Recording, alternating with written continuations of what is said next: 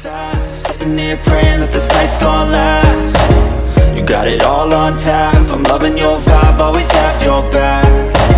We like all the same tracks, listen all night in the sheets all black. Halo semua, salam sejahtera Malaysia. Selamat datang ke channel Fels Lifestyle. Ini satu kejutan besar di dalam politik Malaysia. Sebelum ini kita mendengar nama-nama besar di Malaysia, nama-nama besar ahli ataupun pemimpin tertinggi di Malaysia. Contohnya Tan Sri Muhyiddin Yassin, Tun Dr. Mahathir. Kita mendengar juga Najib Razak yang memang sudah berada di penjara hari ini. Kita juga mendengar Tun Dr. Mahathir dan Muhyiddin Yassin. Bahkan baru-baru ini bekas Perdana Menteri Ismail Sabri Yaakob yang dikaitkan dengan siasatan salah guna dana ratusan juta dua kerajaan yang lalu, di mana tempo tersebut pada 2020 sehingga 2022 yang melibatkan dua bekas Perdana Menteri, Tan Sri Muhyiddin Yassin dan Ismail Sabri Yaakob. Dan semua ini berisiko untuk dipenjara. Namun saudara-saudara, yang terkini, yang pasti mengejutkan ramai, satu lagi nama pemimpin yang saya boleh katakan pemimpin yang terkemuka di Malaysia, yang disebut-sebut akan dikenakan tindakan penjara, di mana beliau baru saja dipecat daripada UMNO, di mana nama Isham Jalil dikatakan akan berhadapan tindakan penjara. Artikel dari Malaysia Kini menyatakan, Peguam Negara kemuka permohonan untuk penjara denda Isham. Isham Jalil kini berdepan tindakan penjara atau denda selepas Peguam Negara mengemukakan permohonan sepihak ex parte ke atas bekas Ketua Penerangan UMNO atas kesalahan menghina mahkamah. Nah, tuan-tuan dan puan, kalau benar Isham Jalil bakal dikenakan tindakan penjara, berapa tahunkah? Nah, persoalannya berapa tahun Isham Jalil akan dipenjara kalau benar beliau memang akan disabitkan bersalah.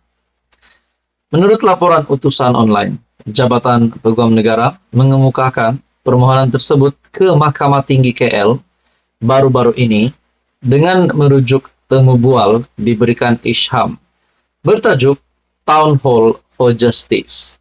Keadilan sebenarnya untuk siapa? Memetik sumber yang tidak dinamakan, portal berita melaporkan permohonan berkenaan disebut di hadapan Hakim Colin Lawrence Sequeira. Bagaimanapun, Sequeira diminta untuk menarik diri daripada terus mendengar permohonan berkenaan kerana pembabitan hakim terbabit dengan Isham atau isu yang disebut ahli politik terbabit. Kandungan yang dirujuk oleh Peguam Negara merupakan temu bual Isham atau nama sebenarnya Hizatul Isham Abdul Jalil yang disiarkan akun Facebook The Malaya Post pada 30 September 2023.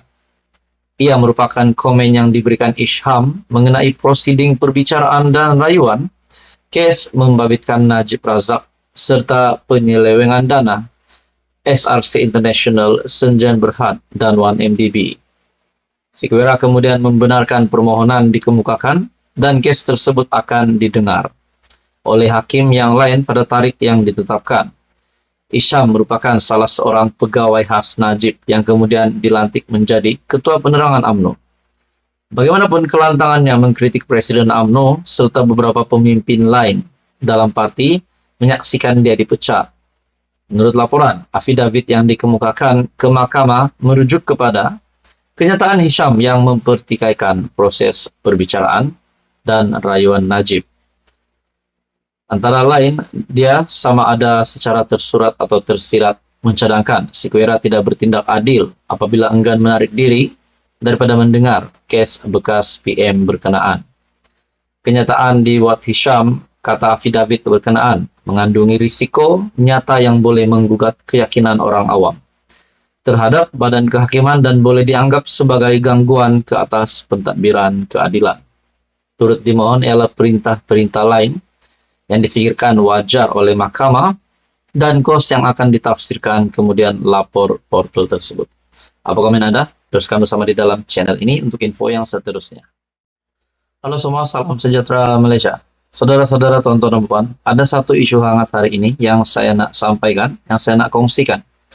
Ini melibatkan satu pencerobohan yang berlaku di salah satu rumah menteri besar. Nah, saudara-saudara, kenapa sampai ada isu ini? Kenapa sampai nak ceroboh rumah menteri besar Selangor, Amiruddin?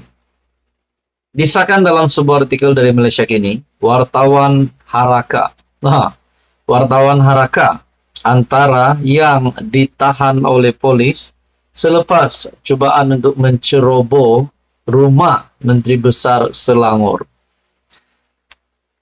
Seorang wartawan adalah antara 3 individu yang ditahan kerana disyaki menceroboh atau bersubahat menceroboh kediaman rasmi Menteri Besar Selangor di Shah Alam semalam. Artikel pada 6 Januari. Seorang lagi lelaki terbabit merupakan pengguna media sosial yang aktif serta aktivis PAS di Gombak. Menurut laporan polis yang dibuat oleh pengawal premis terbabit, kejadian berlaku kira-kira jam 5 petang dan disedari oleh anggota keselamatan yang bertugas. Pada mulanya saya pikir, adakah kediaman ataupun rumah Menteri Besar Selangor ini dirompak ataupun ada serbuan. Rupanya ini adalah satu cubaan pencerobohan. Nah, saudara-saudara, dalam artikel ini sebelum itu katanya wartawan Haraka terbabit cuba memasuki kawasan kediaman yang didiami Menteri Besar Amiruddin Syari, tetapi dihalang oleh polis. Apabila percubaan pertama gagal, katanya wartawan terbabit menyelinap dengan bersembunyi di dalam sebuah kereta Proton Wajah yang dinaiki 2 individu lain yang mendakwa ke situ untuk bermesyuarat. Bagaimanapun, cubaan itu terbongkar selepas anggota polis memeriksa kendaraan terbabit apabila ia diletakkan di parkir kediaman rasmi berkenaan. Juru cakap pejabat Menteri Besar Selangor mengesahkan kejadian itu. Ya, mereka telah ditahan polis dan dibawa ke Balai Polis Seksyen 6 Shah Alam atas dakwaan cuba menceroboh, kata pegawai itu. Sementara itu, Ketua Polis Daerah Shah Alam ACP Muhammad Iqbal Ibrahim mengesahkan bahawa polis telah menahan 3 individu kerana disyaki melakukan kesalahan menceroboh. Katanya pihak polis telah memohon perintah reman terhadap ketiga-tiga suspek terbabit. Saya akan memberikan maklumat terkini mengenai kes itu selepas proses pendengaran reman dilakukan. Apa komen Anda? Sekian saja, teruskan bersama di dalam channel ini.